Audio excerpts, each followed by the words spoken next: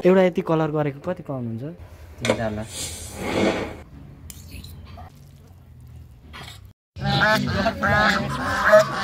त्यही भएर आज पनि हामी घुम्न आइरहेको छौँ। यस्तो रमाइलो भइरहेछ है। केटाकेटीको जात त्यस्तै हो होइन। त्यो फुचाफुचीहरू त्यता छ न। यो चाहिँ गाड आयो है। गाडले चाहिँ के भन्छ हेर्नुपर्छ होइन। हामी चाहिँ पुरानो ट्रेडिसनल खालको घरमा चाहिँ घुम्न आइरहेको छौँ। यहाँ चाहिँ पहिले पहाडतिर चाहिँ यस्तो घरहरू हुन्थ्यो होइन। त्यो खालको घर चाहिँ यहाँनिर यो फन पार्कमा चाहिँ बनाएको रहेछ है। Hello guys, welcome back to my YouTube channel. म चाहिँ एकदम सन्चै छु। आई होप तपाईँहरू पनि सन्चै हुनुहुन्छ होला। आज चाहिँ एकदम दामी घाम पनि एकदम दामी लागिरहेछ होइन। अहिले अलिक जाडो महिना पनि सुरु भइरहेछ अनि यस्तो रमाइलो भइरहेछ है। अनि घाम ताप्नु पनि यस्तो मजा। घाम त गर्मीमा त घाम चाहिँ नलाग्नु नि हुन्थ्यो होइन। अहिले चाहिँ घाम लागेन भने चाहिँ यस्तो गाह्रो हुँदो रहेछ टक्क। अनि त्यही भएर अब चाहिँ हामी धुलाबारी जान आँटिरहेको छौँ होइन। त्यहाँनिर दिदीकोमा एउटा काम पनि छ अनि हामी चाहिँ आज भ्लग स्टार्ट गरिरहेको छौँ।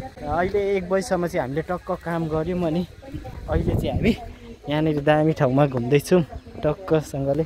अनि यहाँ चाहिँ हाम्रो दाइ आउनु मिल्छ यहाँ? बुद्धको मूर्तिमा कलर लाउँदै हुनुहुँदो रहेछ।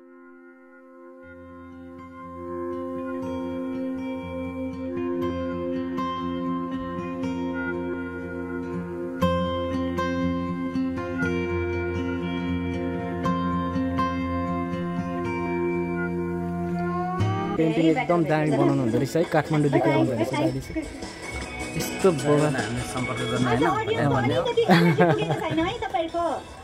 काठमाडौँको स्तुपाहरूमा सबै तपाईँहरूले गर्नुहुन्छ? गुम्बा गर्छु। यस्तै साथीहरुको काम। फोरी काम पनि यस्तो भगवानलाई कलर गर्न पाइराख्नु भएको छ के फोरी काम? सबैभन्दा ठुलो महान काम हो। ब्लग हालेको छ। एउटा यति कलर गरेको कति पाउनुहुन्छ? हामीले पाउँछ 3-4 लाख। 3-4 लाख? यति बनाएको।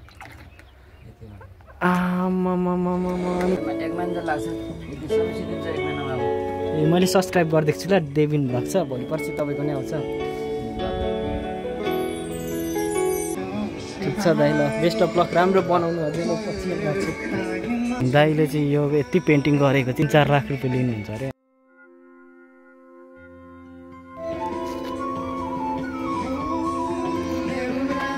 पेन्टिङ गर्दै रहेछन् होइन। त्यही भएर अहिले हेर्न आइरहेको थिएँ। यस्तो दामी पेन्टिङ गरेको आम्मामामा है। त्यो पेन्टिङ नगर्दा कस्तो नर्मल देखिरहेको थियो। अहिले पेन्टिङ गरेपछि यस्तो बवाल है। त्यो दाइले पनि यस्तो मजाले पेन्टिङ है काठमाडौँदेखि आउनुभएको रहेछ यही पेन्टिङ गर्नुको लागि। यस्तो बवाल लाग्यो मलाई चाहिँ। अनि त्यो दाइले चाहिँ त्यति पेन्टिङ गर्न लगभग 1 महिना पनि लाग्दैन अरे। 3-4 लाख रुपियाँ लिन्छु भन्नुभयो। मोबाइल पनि मेरो भन्दा खतरा बोक्नु भएको थियो।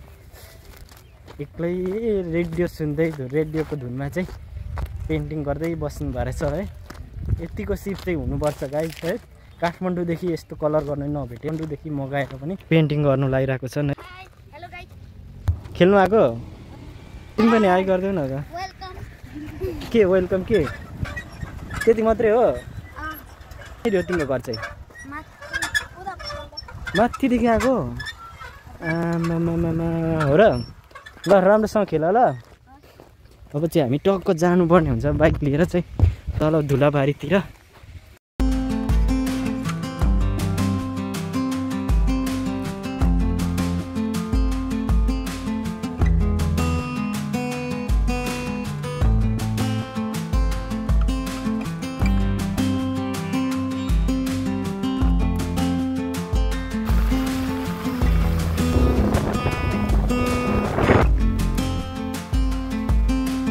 मैले चाहिँ यहाँनिर आएर टक्कसँगले कस्तो खतरा टिकटक सिनेमाटिक सर्टवाला बनाएको छु बाइकमा कुदेको। यहाँनिर आइपुगेपछि चाहिँ यहाँदेखि देखेको यहाँ चाहिँ रुखैभरि बाँदरै बाँदर थियो है। अनि हामीलाई देखेपछि चाहिँ टक्क उफ्रिँदै भाग्यो। यहाँनिर चाहिँ के जनावरहरू पनि देखिन्छ क्या कहिलेकाहीँ चाहिँ। अब चाहिँ हामी फेरि जानुपर्ने हुन्छ। यस्तो दामी देखिरहेछ यहाँदेखि भ्यू। तर बाइक चाहिँ धोकै छैन है मैले। अघि धुम्के भनेको माथि है। त्यहाँनिर मान्छे भिड थियो अनि त्यही भएर धोइन टक्क।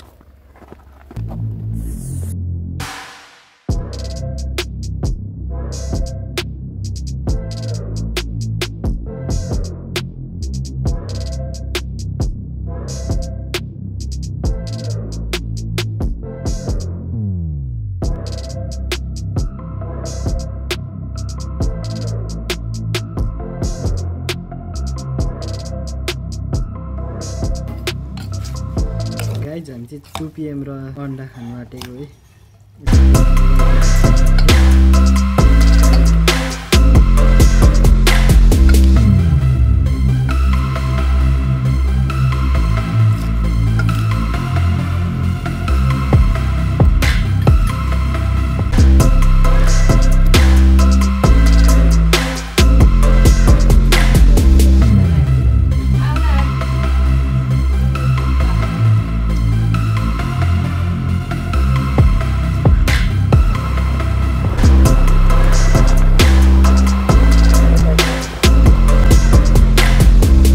दिदीकोमा खाजा खाएर चाहिँ हामी कालिका सिमसार चाहिँ घुम्न आइरहेको छौँ। यहाँनिर चाहिँ एकदम दामी बवाल ठाउँहरू छ।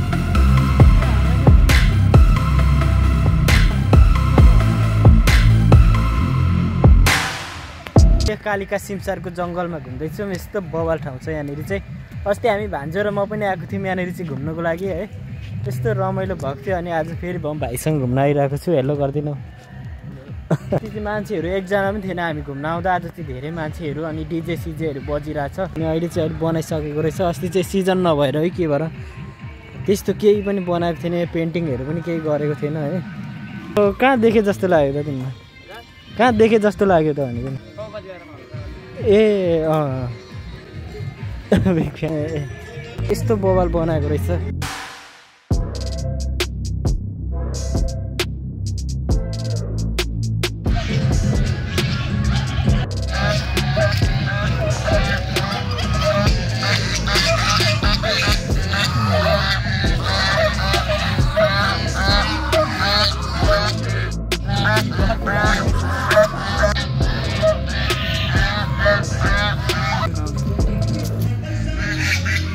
गाइज हामी यो ट्री हाउसमा चाहिँ अस्ति पनि हामी घुमेको, त्यही भएर आज चाहिँ नजाने।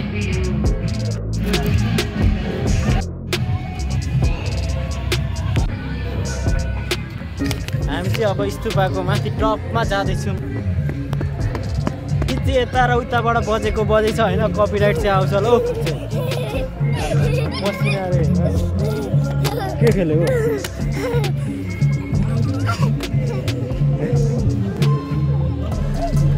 गीत चाहिँ एकदम धेरै बजिरहेछ। यता पनि बजिरहेछ होइन, उता पनि बजिरहेछ। कहाँदेखि आएको तिमी? कहाँ हो तिम्रो घर? कहाँ हो त्यो भनेको चाहिँ? अहिले त्यहाँ चाहिँ लाबरको रुख पनि छ होइन। यहाँदेखि लाबर छुइरहेछ होइन। एकदम सही आइडिया। लाबरबाट पनि पैसा कमाइरहेको छ। यता फन पार्कबाट पनि एकदम म्यानेजमेन्ट चाहिँ गर्नु पऱ्यो होइन। त्यतिको आइडिया दिमाग चाहिँ हुनु पऱ्यो, गर्न सकिन्छ। देविन भ्लग छ। अस्ति आउँदा चाहिँ यस्तो दामी कलरहरू पनि लागेको थिएन, यस्तो दामी थिएन नि त। अहिले चाहिँ यस्तो दामी बनाएको रहेछ है। त्यही भएर आज पनि हामी घुम्न आइरहेको छौँ। यस्तो रमाइलो भइरहेछ है।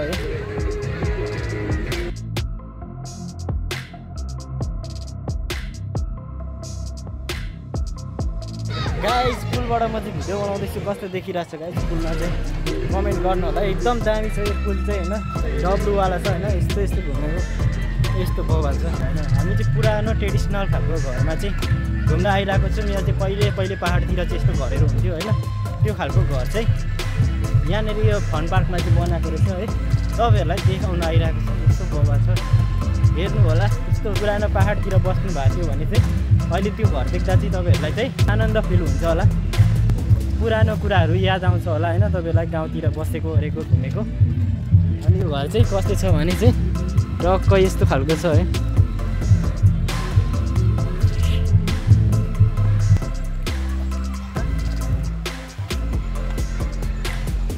त्यो चाहिँ हामी यस्तो स्तम्भ भएको ठाउँमा आइपुगिसकेको छौँ होइन। यहाँ चाहिँ कालिका स्तम्भ 2075 सालमा चाहिँ बनेको रहेछ है।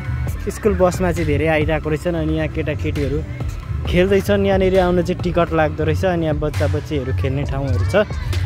यस्तो दामी छ। तपाईँहरू पनि आफ्नो नानीहरू बाबुहरूलाई चाहिँ लिएर घुमाउन आउनुहुन्छ भने चाहिँ एकदम दामी खेल्ने ठाउँहरू पनि छ। हेर्नु यस्तो दामी होइन। केटाकेटी हातले नै घुमाइदिइरहेछन्। केटाहरू कस्तो इन्जोय गरिरहेछन्, रमाइलो गरिरहेछन्। केटाकेटीको जात त्यस्तै हो होइन। त्यो फुचाफुचीहरू देख्दा छ न। यो चाहिँ गाड आयो है। गाडले चाहिँ के भन्छ हेर्नुपर्छ। र पड्काउँछ होला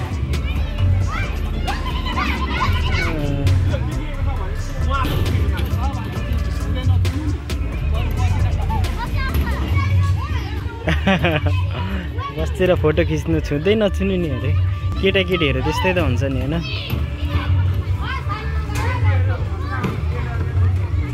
देखि चाहिँ कालिका सिमसार लेखेको एकदम बवाल देखिन्छ